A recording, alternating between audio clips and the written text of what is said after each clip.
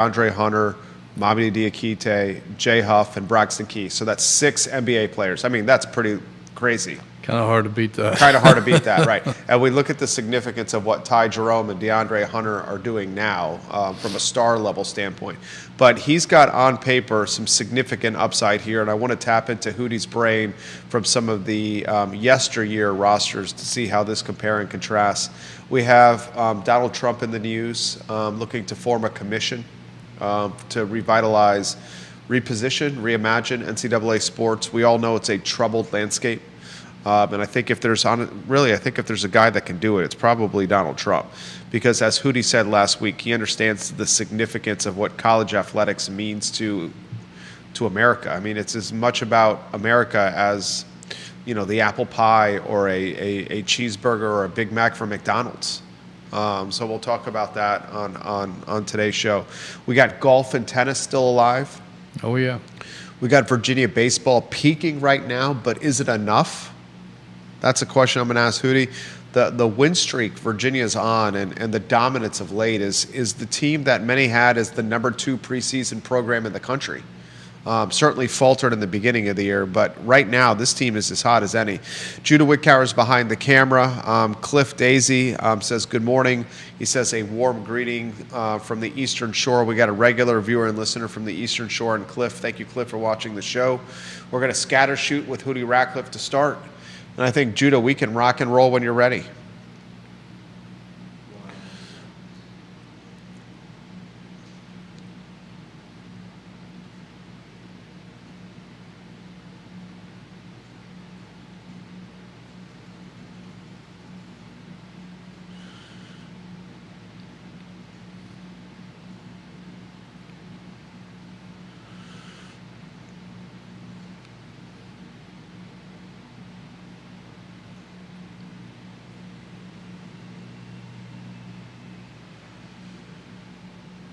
Good Tuesday morning, guys. My name is Jerry Miller, and thank you kindly for joining us on the Jerry and Jerry Show.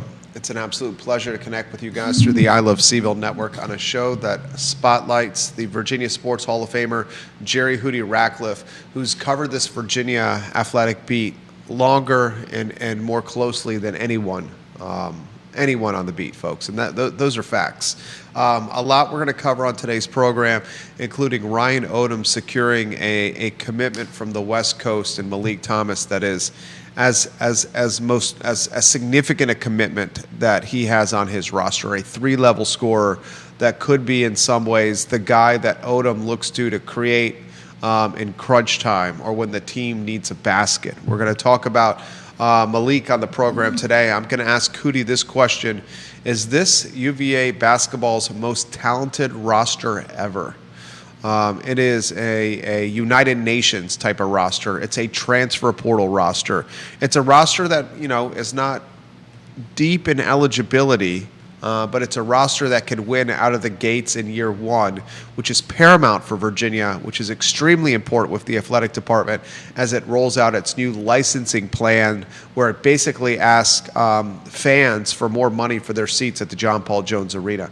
I want to talk about that with Hootie. I want to talk on today's show, ladies and gentlemen, why this is a significant year for the Atlantic Coast Conference, not just in basketball, but across the board. It's very clear that the Southeastern Conference has become, in a lot of ways, the Conference of America. It's not just football anymore. The SEC is basketball dominant. The Big 12 and the Big 10 speak for themselves, and if the ACC is not careful, it's going to slide down a totem pole of influence and importance that no one wants to see materialize. So we'll talk about that today. We'll talk Donald Trump revitalizing NCAA sports potentially, and Virginia baseball peaking at the right time. But is it enough for Brian O'Connor, who reaffirmed his commitment to the University of Virginia last week? A breaking news piece from Hootie Ratcliffe. Judah Wickower is behind the camera. If we can go to the studio camera, goodness gracious, the notebook is absolutely chock full of quality content. And now we have the Virginia Sports Hall of Famer on the show, the star of the program. Rainy in Charlottesville, about 2 miles from Scott Stadium, Hootie. Pretty chilly and gross out there. Yeah, it's been coming down since sometime yesterday, I guess, and we'll be around for a little bit longer. But I had a fun experience this weekend going over and watching the men's tennis team. defeat Arizona, and it was a lot of drama. If you like college sports and drama, that was a good place to be, especially watching Dietrich down 5-2 in the third set, charge back and tie, and then overcome and win the match and send Virginia out to Waco, Texas for the final 8. A position in the postseason that UVA fans have grown accustomed to. Absolutely. The final 8 for Virginia tennis. Speak to the talent on that roster. I mean, it's not just stars in college tennis. We're talking professional level talent here in Charlottesville in that tennis program. Oh, yeah. Andres Pedrosa has done an incredible job recruiting. He has, talk about Ryan Odom having international recruiting ties. Andres has ties all over the world, I think, and he's brought in an incredible roster. A lot of them foreign players, and were among the top 10 juniors in the world. And it's a different kind of team for him, because at times this year they've started 5 freshmen, and then Dietrich is a sophomore, so it's a very young team overall. But they're not supposed to be doing what they're doing, but that Virginia culture has paid off once again, and here they are packing their bags for another big road trip. You talk about legacy, and you talk about continuing tradition. Brian Bolin puts the tennis program on the map. Yep. This was about I can't believe I'm saying this, almost a generation ago. Certainly a decade plus ago, 15 years ago or so. And the program has elevated since Bolin stamps Virginia tennis on the map. What do you attribute this to? Do you attribute it to the facility? Do you attribute it to a commitment from the athletic department to non-revenue sports? I mean, golf and tennis in the spring are some of the best programs in the nation. Yeah. I think I attribute it to Bolin's fire, because I got to know him really well, and I think Andres has followed up in those footsteps and used some of the same strategies to keep Virginia tennis on top. But Bolin was a fiery guy, man, and he was Passionate. Extremely passionate, and he was the kind of guy that would not take no for an answer. You just couldn't tell him no. He would keep coming at you at different angles until he got what he wanted. And he, you look at it, the facilities weren't that good back when he started building things, and there wasn't a tremendous commitment to tennis, but he molded that into a dream program that he imagined and made it take shape, and now Andres has again followed right along with some of the same strategies, and they haven't missed a beat. Brian Bolin, when he was the coach, I was working for Hootie Ratcliffe at the Daily Progress at the time. He'd send me to cover Virginia tennis with stars like Somdev Devarman and Tret Huey playing 1 and 2. Yeah. They were a fantastic doubles tandem. They were dominant with singles. That's when Georgia was a force in collegiate tennis. And I remember going to, was it the Snyder Tennis Facility? Yeah.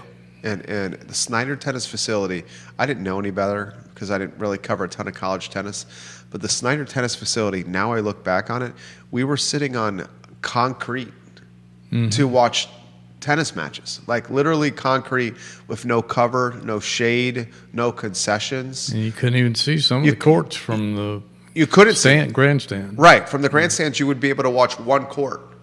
You couldn't watch them all. And I remember Virginia, on a particularly hot day, pitched a pop-up tent for its players to get some respite from the sun and drink, hydrate. And now I look at the facility next to the Boar's Head. There's bleachers. You can see every single court. Most of the courts have naming associated to it, where donors have allocated money to have their naming rights there. There's concessions. There's locker rooms. There's training facilities specific to tennis. Scoreboard for each Scoreboard. court. Yeah. I mean, it's big-time college tennis. Yeah, it is. And I had the good fortune, because of covering some of those early teams, I got to go to cover several national championships all around the country, and to see what other facilities look like. And Virginia's not quite there yet in the overall scope of things in terms of the size of the gallery and all that. But their courts and the setup they have is really terrific, and it's on par with a lot of the great programs in the country. A lot we're going to cover on the program, ladies and gentlemen. A couple items I want to get out of the notebook here as we started with some scatter shooting from Hootie. One item out of the notebook that did not make the headlines. Damon Altzer, is that pronouncing his last name, the Stab head coach? Oh, Altizer. Altizer, Damon Altizer has officially stepped down on his own accord. Oh, I didn't realize that. I hadn't heard that yet. Yep, from St. Anne's Belfield basketball. He has had a very impactful 8 years at Stab. And two of the rostered men's basketball players, Chance Mallory and Carter Lang, played for Damon at St. Anne's Belfield Academy. So after 8 years, he's out at a private school in the Charlottesville area, St. Anne's Belfield Academy, that really does a great job of prioritizing athletics and education. Why I highlight that is the ties to the UVA roster with Chance and the ties to UVA roster with Carter Lang. He had a front row seat to see what Miss Johnson is doing, at Stab at high school and now at the UVA women's basketball program. She's one of the best high school, college basketball players in the Atlantic Coast Conference. But we need to get to Ryan Odom as we get to headlines. The first one on screen, if you could. Goodness gracious, Hootie, I go to jerryratcliffe.com, and when I'm on jerryratcliffe.com, I'm overwhelmed with joy when I see Malik Thomas is committed to Virginia basketball. That was huge news that came out Saturday, actually, I think during the tennis matches. So scrambling around trying to get that up on the website. But did you file from your iPhone? No, I actually made it home in time to get it out there. But still, it was kind of a surprise that it came in the middle of the day like that. But going back to Altizer, he's done an incredible job over at Stab in developing college talent. Not just those two guys, but he's got players all over the place, and he's such a good guy. He's a great guy. I wish him well. Been great working with him some. But, Malik Thomas was huge news for Virginia.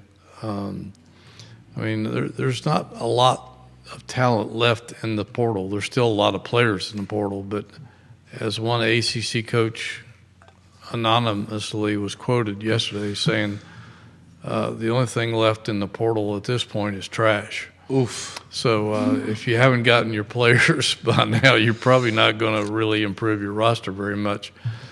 So why did Malik wait so long? That's the only question I had with this. He was waiting on a waiver from the NCAA. Hardship waiver.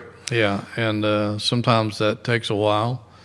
Although it seems like those are handed out like candy anymore. So I think it was just a matter of time of waiting. I think that's what's holding up the signing of, again, we'll guess at this name, T.S. De Ritter, or D. Ritter. I'm still not sure. The big Belgian who supposedly is coming to Virginia. And from what I've been told, the NCAA is having to give its approval to him because he was playing in a form of pro basketball over there, and he's 22 years old. So I think the NCAA is just trying to make sure everything's on the up and up. And I think once those obstacles are cleared, that he'll become a Cavalier too. But going back to Malik, it was a huge pickup. A lot of people thought that he was one of the best players available in the portal from the get-go.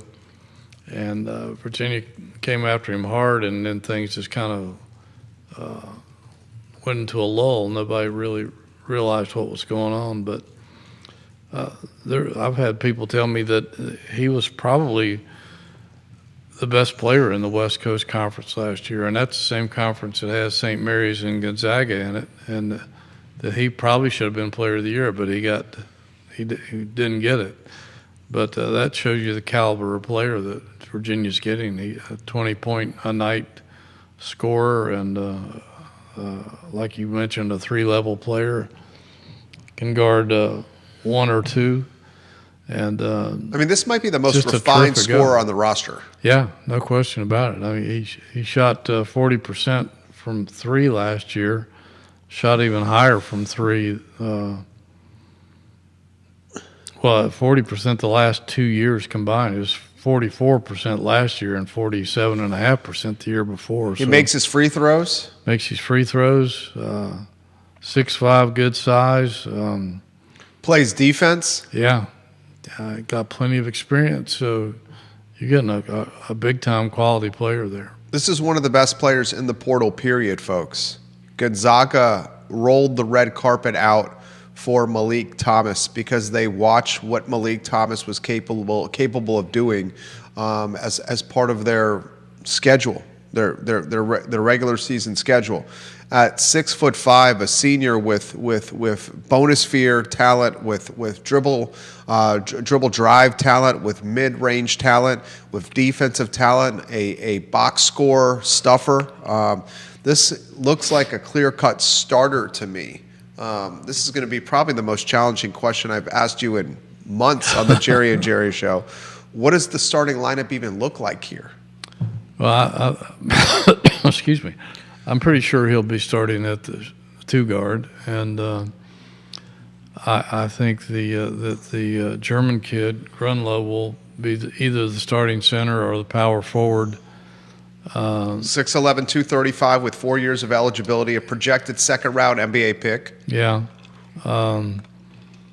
If D. Ritter comes on board, that'd be a pretty formidable front court. Goodness gracious. Two guys that are both projected as second-round NBA draft choices. I think the big guy from Kansas State would probably come off the bench, but could start at times depending on the matchups. I'm trying to remember all the other players that they've got on. I don't have the roster. You got Jakari White, the kid from North Dakota State. Yeah. He may now be coming off the bench because he's a two guard. He could be. Yeah, and I don't know. I guess the guy from BYU, Dalen Hall, might be the starting point guard. Could be your starting point guard at 6'4". Folks, you got if he goes 6'4", Dalen Hall, BYU point guard. And then he goes 6'5", Malik Thomas, shooting guard.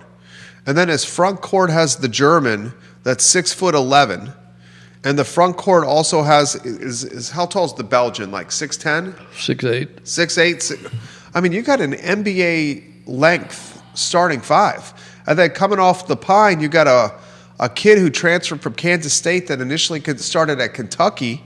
That is 7 foot 247 NBA body. Is he offensively refined? No. But on this roster, probably his only job would be, clean up offensive rebounds and play some. Be an intimidator. Be an intimidator. Be a rim protector. Yeah. I mean, goodness gracious. I asked the question, do you see any weakness position-wise? I don't. Not since they've added these European guys. I don't. And they've got some depth, too, with Barksdale. Silas Barksdale, 6'8", 225 and long. Mm-hmm. And all kinds of players in the backcourt. Elijah Gertrude. Chance Mallory. A couple other kids that whose names I don't have in front of me. Sam Lewis. I'm looking at your website. Sam Lewis, yeah. Yeah. So, they've got depth, quality depth, not just guys that they have to put in, but guys that can play, guys who can shoot, guys who can score, guys who can play some defense and get up and down the floor. And that's what Ryan Odom wants, and he's recruited magnificently to those positions.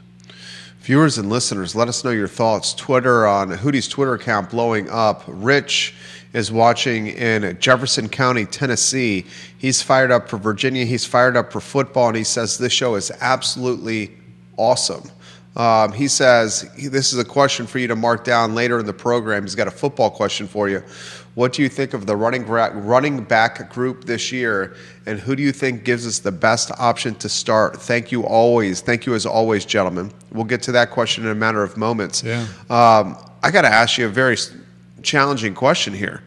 Is this Virginia basketball's most talented roster ever? It certainly has the potential to be. I think we're going to have to wait and see how it pans out because we've gotten excited about some of the teams in the past, And they've especially fallen flat. the past couple of years, and they just haven't lived up to the potential. But on paper, this looks like an incredibly talented group. And of course, the one thing that they don't have going for them that maybe like the 2019 team did is they grew up together. Yeah, chemistry. And had plenty of chemistry. They knew each other. These guys most of them probably have never met, so they're going to have to get on board in summer school. I guess that'll start next month, and they'll be playing pickup games and getting some coaching throughout the summer. But potentially, it certainly does. I mean, you got a lot of guys with potential NBA. I mean, you got NBA upside across the roster. Yeah, and like you said in the early part of the show, that 2019 team had 6 players that would eventually see time in the NBA. That's my most talented roster ever. I don't know that there's ever been a Virginia That's my question team for you. that has had that kind of talent on it. I mean, there certainly has been some great players here throughout the years, a lot of NBA players, but nothing that could match sending 6 guys to eventually suit up in the NBA. And play. And play. And then some of them have even starred. Some of them are on $80 million plus contracts, DeAndre Hunter. And some of them, and Ty Jerome finished in, was second or third place in 6th Man of the Year voting. Yeah. I mean, let's talk about the 2019 National Championship roster. It's 2018, 2019. Kyle Guy, who interestingly was probably the alpha dog on that team. It's funny how the college athletics college basketball doesn't necessarily translate to pro basketball. Kyle Guy's challenge was the height. Right. He just didn't have the size. He didn't have the size. He was extremely undersized, but for the college game, his game suited college basketball well. Kyle Guy, Ty Jerome, what a backcourt, ladies and gentlemen. DeAndre Hunter in the front court with Mamadi Diakite and Jay Huff and Braxton Key. I mean, that right there is a starting lineup and a half. And Tony Bennett likes to call it the last truly amateur college basketball program. That 2019 team. And he was right. And I remember Ron Sanchez saying this year that, that was one of the reasons he came back was to try to reacquire that kind of talent in the Virginia program.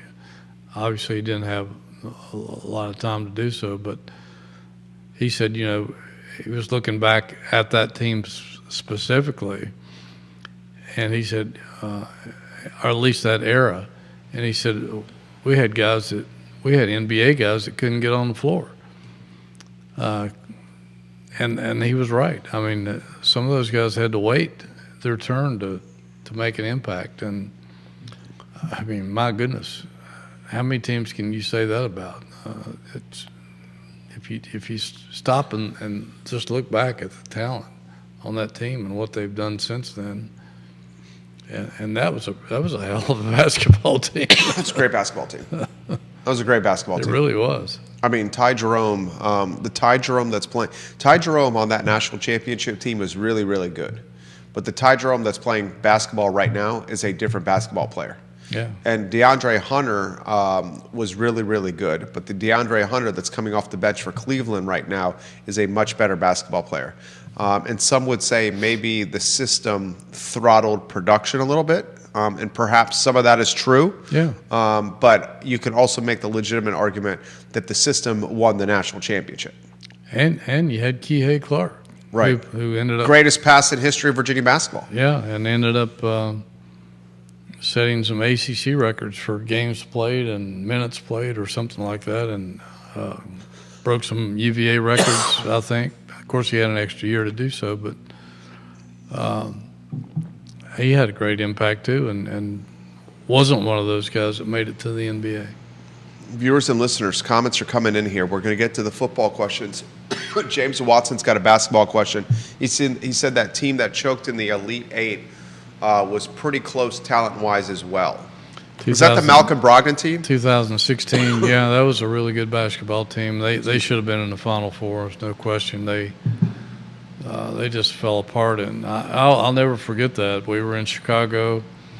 I think we had 3 writers there for our coverage, and I was talking to our managing editor throughout the first half because Virginia was rolling against Syracuse, and it looked like they were.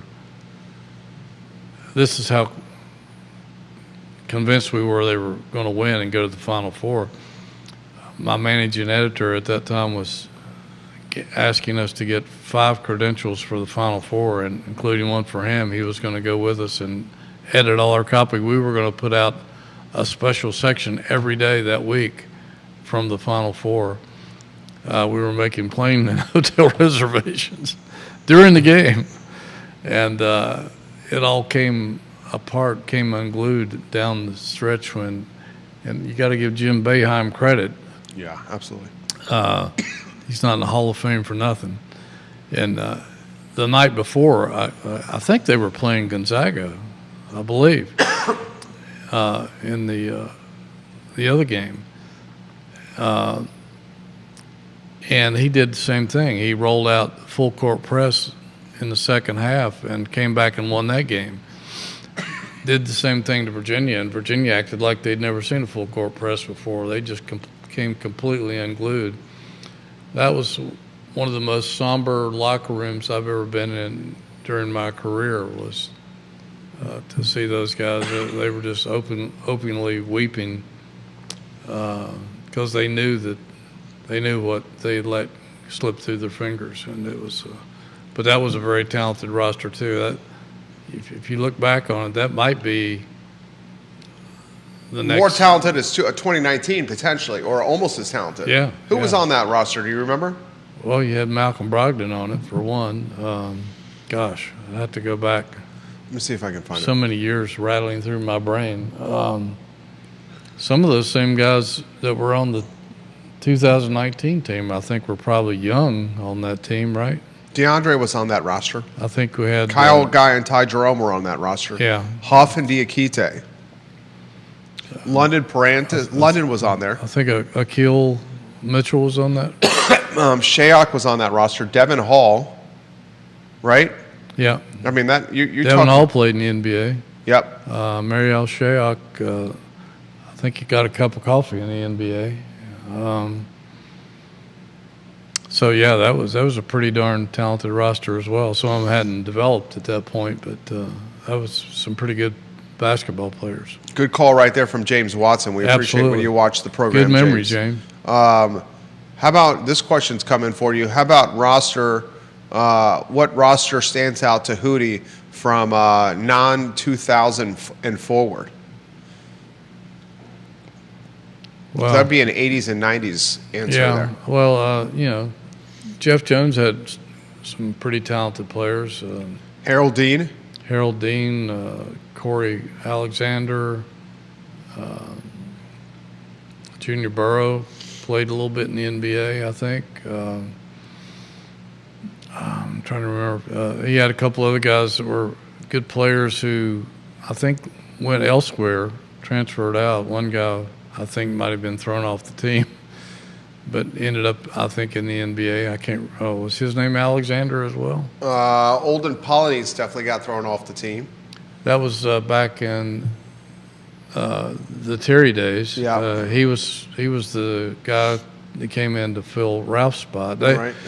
I remember distinctively that when He played in the league. When Olden got in trouble that year, some of the coaches were so aggravated at him because they felt like that he was the key piece in rebuilding to another Final Four team. And he actually played longer in the NBA than any. He played Virginia a long time player. in the NBA. Yep. I think he has the longest career of any UVA NBA player, I believe.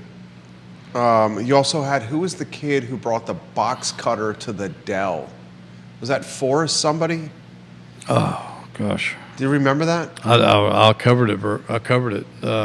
Yeah, I remember it well. I can't think of his name. Was it Whitaker? I think it was Whitaker. Melvin, Marvin, something like that. Let's see if I can find that. And then who was the other kid who got thrown off the team that transferred from Memphis? Was it Austin Nichols? Yeah, he was on the Tony Bennett team. And, Yeah, he was a Tony Bennett player. Yeah, he played in one game, I think, and was gone the next week. Right, and everybody was like, what is going on? Melvin Whitaker. Melvin Whitaker. Yeah. Slashed a fellow student's face after a pickup game at the A Dell. football player. Football player's face, with a box cutter. James says Curtis Staples, Melvin Whitaker. Oh, yeah. How could you forget Curtis Staples? Yeah.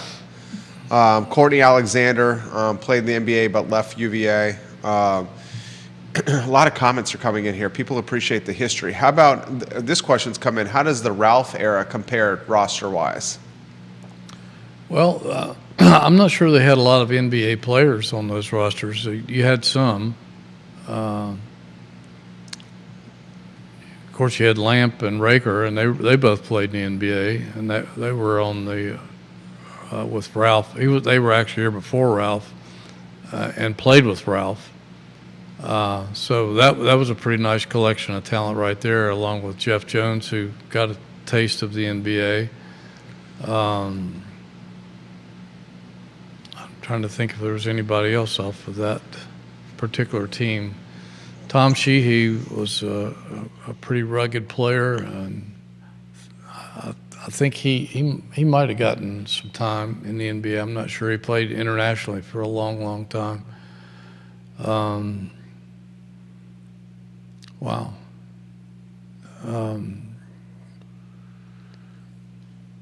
But I don't think anything can touch that 2016, 2018, or 19 rosters for overall talent. Overall talent. Put in perspective here, Wally Walker, Bill McChesney highlights. Wally Walker was earlier, and Yep. so was Barry Parkhill and Mark Alvaroni. And Gus Gerard, who was highly underrated, played for a long time, and before he got in trouble with substance abuse, and he's the first who will talk to you about that. But I did a blowout on him one year, and he was such a great athlete. And I remember one of his coaches who had coached him in, I think, the ABA or something, but he said, whoever wrote White Men Can't Jump never saw Gus Gerard play, because he could out-jump just about anybody. And could jump with Julius Erving. That's how good he was. So That's something right there. And that's the type of insight you get right there from the Jerry Jerry Show. Viewers and listeners, let us know your thoughts. We'll put them in the feed. This is a pretty important year for Virginia basketball. So assembling a talented roster like this is pretty important. Why don't we put that in perspective? It's important for a lot of reasons. One, because the program hasn't really done that well. It hasn't flourished like everybody expected it to since winning the national title. They haven't won an NCAA game since that national title. Lost to some subpar teams, I thought. Never really recruited to the level that we thought they would to take advantage of that national championship. They brought in some pretty talented players, granted, but never really reached the level that I think a lot of people had expectations for in terms of bringing in talent after talent after talent. So I think it's important in that respect to not only win, but to get back to the upper echelons of the ACC, where people are accustomed to seeing the program, get back in the NCAA tournament and actually win a tournament game. And he's going to have to do it with, all new pieces. And he's going to have to learn the ACC as well. He's coached in different leagues. And there's always an adjustment period. So everywhere he's been, he's gone to the NCAA tournament in his second year. I think a lot of people are hoping that they can get back to the NCAAs in his first year here with this kind of talent. But then again, I The think that's challenge the is for expectation. him to put it together. Yeah, that's the expectation. You talk about pressure. Goodness gracious, he's in his first year, and I'm saying it's the NCAA tournament, or it will be a disappointment. Probably so, because of the talent he's brought in. You hate to put that kind of pressure on a guy right out of the gate, but it's been a while. Well, I mean, outside of last year, Virginia's been in the NCAA tournament how many years in a row? I mean, granted, a couple. They had the down year when Kie was the key guy. They were in the NIT that one year. Yeah, that was the Kihei year. Yeah, when Kie his was the senior guy. year, I think. Right. Or legitimate senior year. I mean, right, legitimate. And the tough part with basketball is, as football struggles, or as apathy has surrounded football, it puts more pressure on basketball. Yeah, that's always something that once the football team started to fade, people would automatically start. It was almost like a ritual. Basketball season is just right around the corner. Right. And that was something that they could celebrate. Virginia's reputation is as a basketball school. Always has been, always, I'd say probably always will be, if they continue to have the success that they've had in the past. And no shade on football, because they've had certainly glorious moments. But basketball's been the constant for all these decades. We should put in perspective why this is an important year for the Atlantic Coast Conference across the board. Well, it is, because last year was a disaster. It was a disaster. I think the most staunch defenders of the ACC even had to admit that last year was just a failure on just about all levels. Even Duke choking in the Final Four the way they did. Hard to believe and hard to watch, but the ACC's been horrible. And I think that's one of the reasons that they came to their senses and went back to a 18-game conference schedule, which they should have stuck with all along instead of expanding to 20 games. I thought that was a huge mistake at the time, and John Swofford was so in love with getting the ACC network and appeasing ESPN and giving them game stock by adding games that they oversaw the big picture, and that was the coaches. None of the coaches wanted a 20-game conference schedule. Right. For one, they couldn't go out and schedule other non-conference.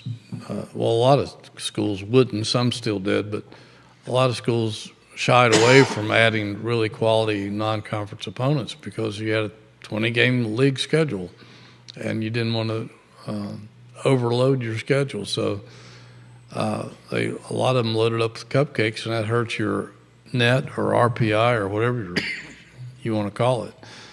But that was a big mistake. The coaches, none of the coaches wanted it, and they did it anyway behind the coaches' backs, and they paid the price for it. And they got hardly any teams in the NCAA tournament for the last few years. Hootie Ratcliffe carrying the show right now as I'm fighting a frog in my throat over there. Roscoe Gilmore watching the program. Love the name on YouTube. Yeah, awesome. He says, "Good morning, fellas. Hootie's got that memory. Keep up the great work." And gives you the bicep emoji with the 100 emoji right there. Thanks, Roscoe. I've been around a while. Well, that's what we try to do. Is not my first rodeo. We try to tap into that big, beautiful brain of Hootie, and that brain is especially good as his co-host over here is fighting a frog in his throat. It's that time of year, man. I appreciate Hootie Ratcliffe carrying the load. His shoulders are quite heavy right now. A lot of football questions on the feed here. We got a touch of the pigskin in the air. We need to get to, and I can call up the roster if you want me to, Hootie. Yeah. Rich on Twitter, one of your fans on Twitter. Yeah, he's a good guy. He's a big Virginia fan living out in Tennessee territory. Yeah, he's watching in Tennessee. He wants to talk about the running backs. Very specific question. I can get the roster called up, Hootie. Okay. How about maybe an open-ended question of some storylines that you think the viewers and listeners should be following, football-wise? Obviously, the quarterback is something to closely follow, but I think that position's pretty much determined. For me, it starts in the offensive line, and it's started in the offensive line for a number of years. Well, yeah, it's been a while. I mean, Bronco finally got the offensive line to where he wanted it, and then everybody transferred out, including an All-American who went to Michigan, and I think he's playing in the NFL right now. But that started a trend, and they couldn't hang on to offensive linemen, and the ones they did hang on to, there was so much pressure on those guys because there wasn't much playable depth behind them, and if one or two guys got banged up, which is inevitably going to happen on the offensive line, right? They were having to patchwork things together. They didn't know from one week to the next who they could count on to, and this goes on season after season after season. It shouldn't be that way this year. They've recruited quite a bit of offensive linemen. Don't have the numbers in front of me, but I think they've got their numbers in good shape. And they've got guys who have experience, some at bigger, more successful powerhouse, Power 5 Power 4 football programs. One of the things I noticed from a lot of these transfers that came in, looking at their Pro Football Focus grades, a lot of them graded out high, not only on their team but in their conference. And the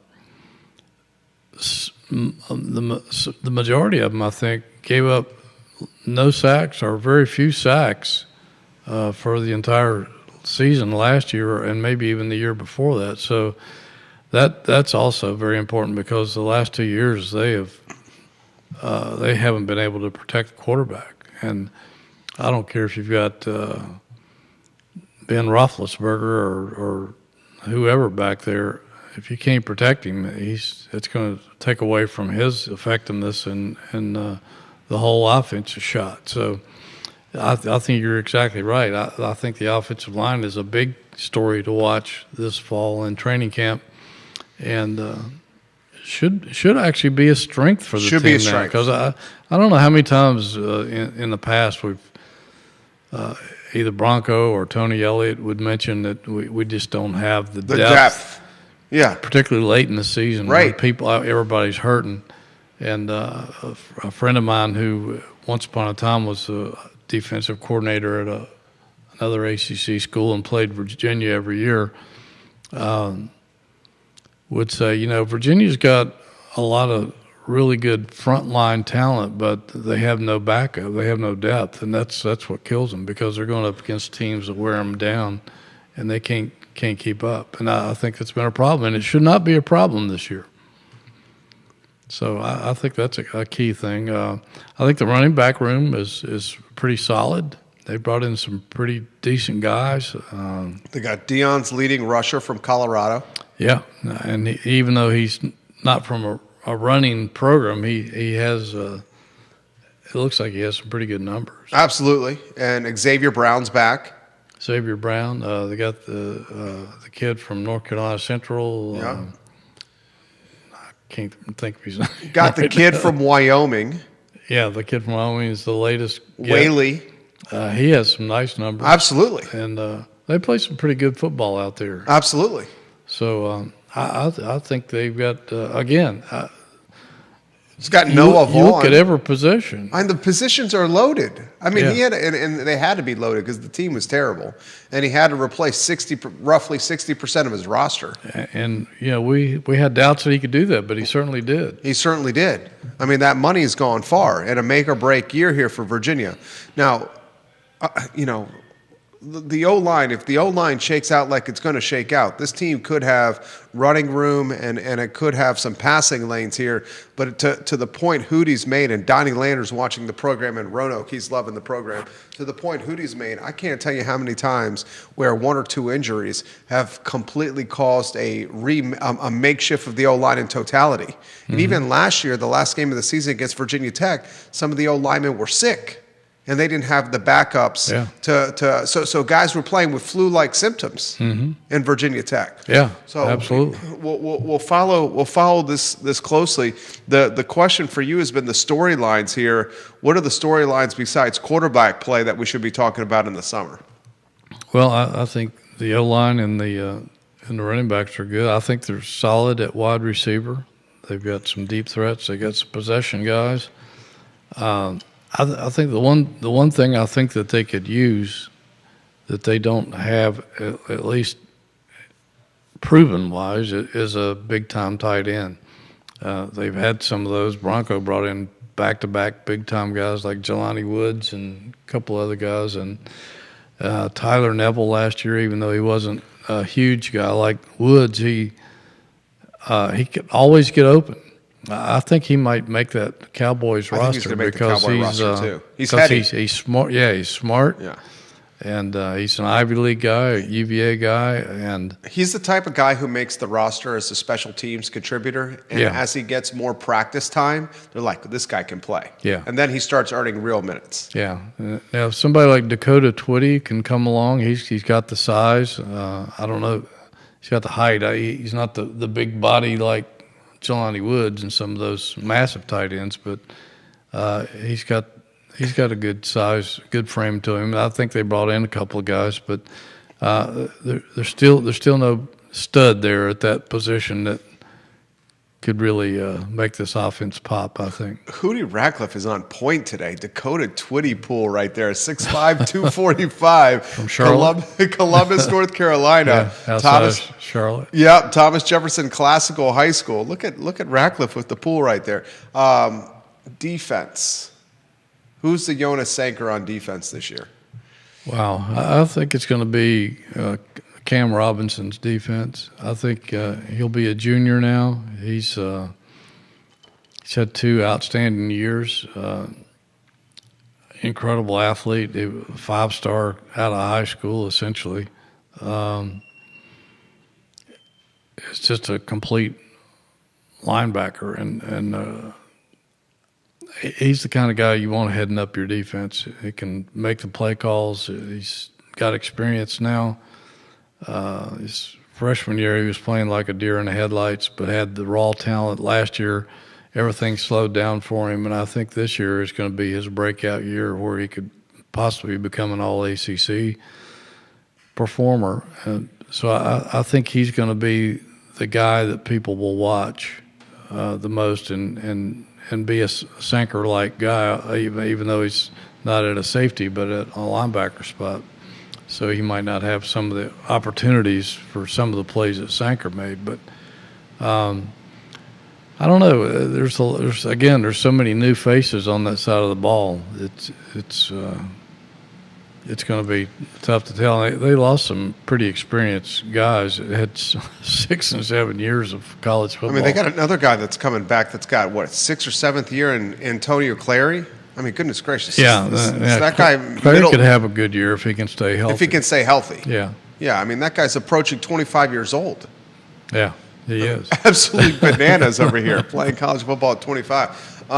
Interestingly, there's a similarity with football and basketball. So many new faces. Do they have time to gel, to produce? I think it's an even bigger problem for football than basketball, because basketball, they can get out there this summer and play the pickup games together and develop great chemistry.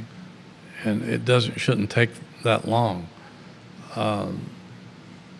Not to say that it's simple, but I think we're dealing with fewer numbers and a lot more opportunities to actually play actual basketball together, as opposed to these guys have to do like skeleton drills, 7-on-7, stuff like that in the summer, and you're not really getting to play like you are in basketball, where you're man-to-man on each other, and you're actually playing games against each other, actual action instead of just drills.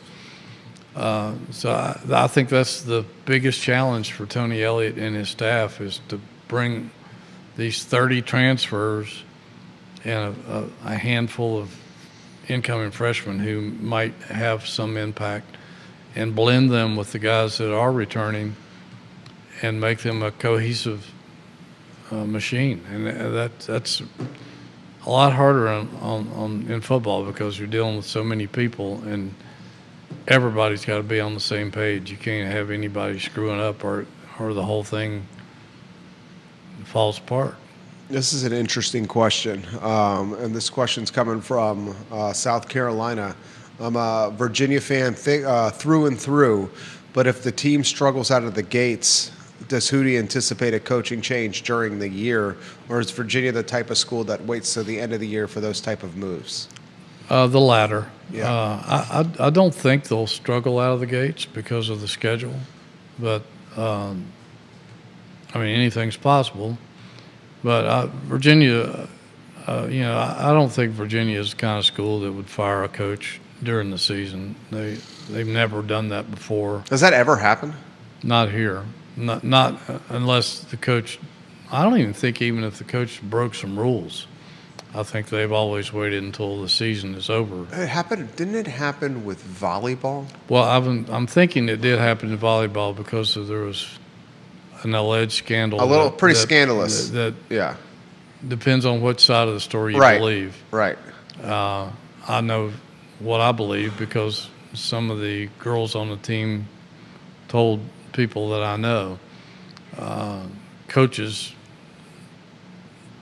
beg to differ. Right. Of course, they were the ones that got fired.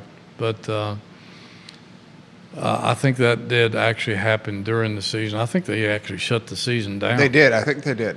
And yeah. But that's in my 42 years here, that's the only time I can think of that's happened. I don't think it's happened any other. It never happened with football. Never with football or basketball. No. Didn't happen with baseball. Womack was after the year. Baseball, lacrosse. Yeah. Tennis, that I know of. I really didn't pay much attention to tennis here until bowling came around. Right. Because there wasn't any reason to. Swanson's been there forever with soccer. Yeah. Wrestling, track and field. I don't think another coach has ever been let go during the season except for that volleyball team when they just shut the season down. Right. I think even swimming there was something going on, but I think didn't that happen after the season? Yeah. Yeah. So that was after the season.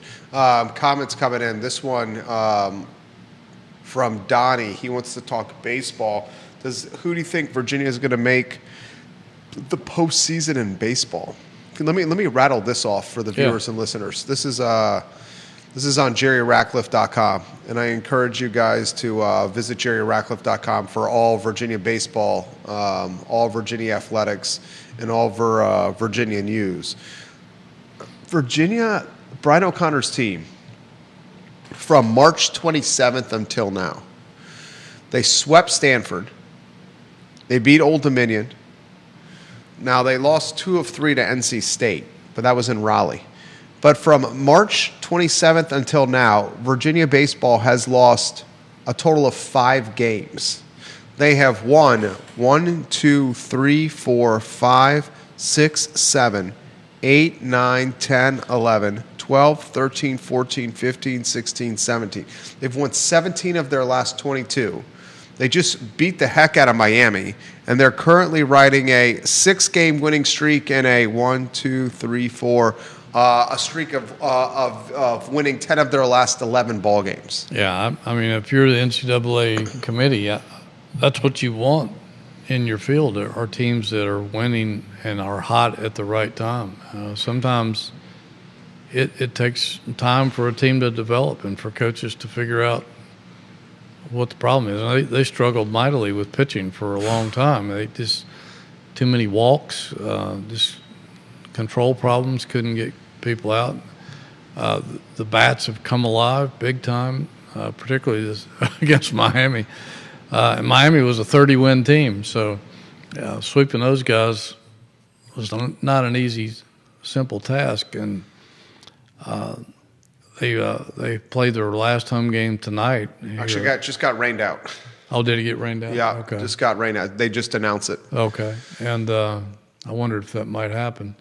And then I guess their last regular season series is in Blacksburg this weekend. And I think I read somewhere that Virginia and Virginia Tech are listed in somebody's draw as first four out. So it could come down to that series if whoever wins it might be I think Virginia's in anyway, but I could be wrong. But, I mean, that puts even more emphasis on that series in Blacksburg this weekend. William on McIntyre Road, so I don't forget this, said, was Sonny Randall canned in the middle of the season? No, I don't think so. I think it was after the season. That was before I got here, but I got to know Sonny.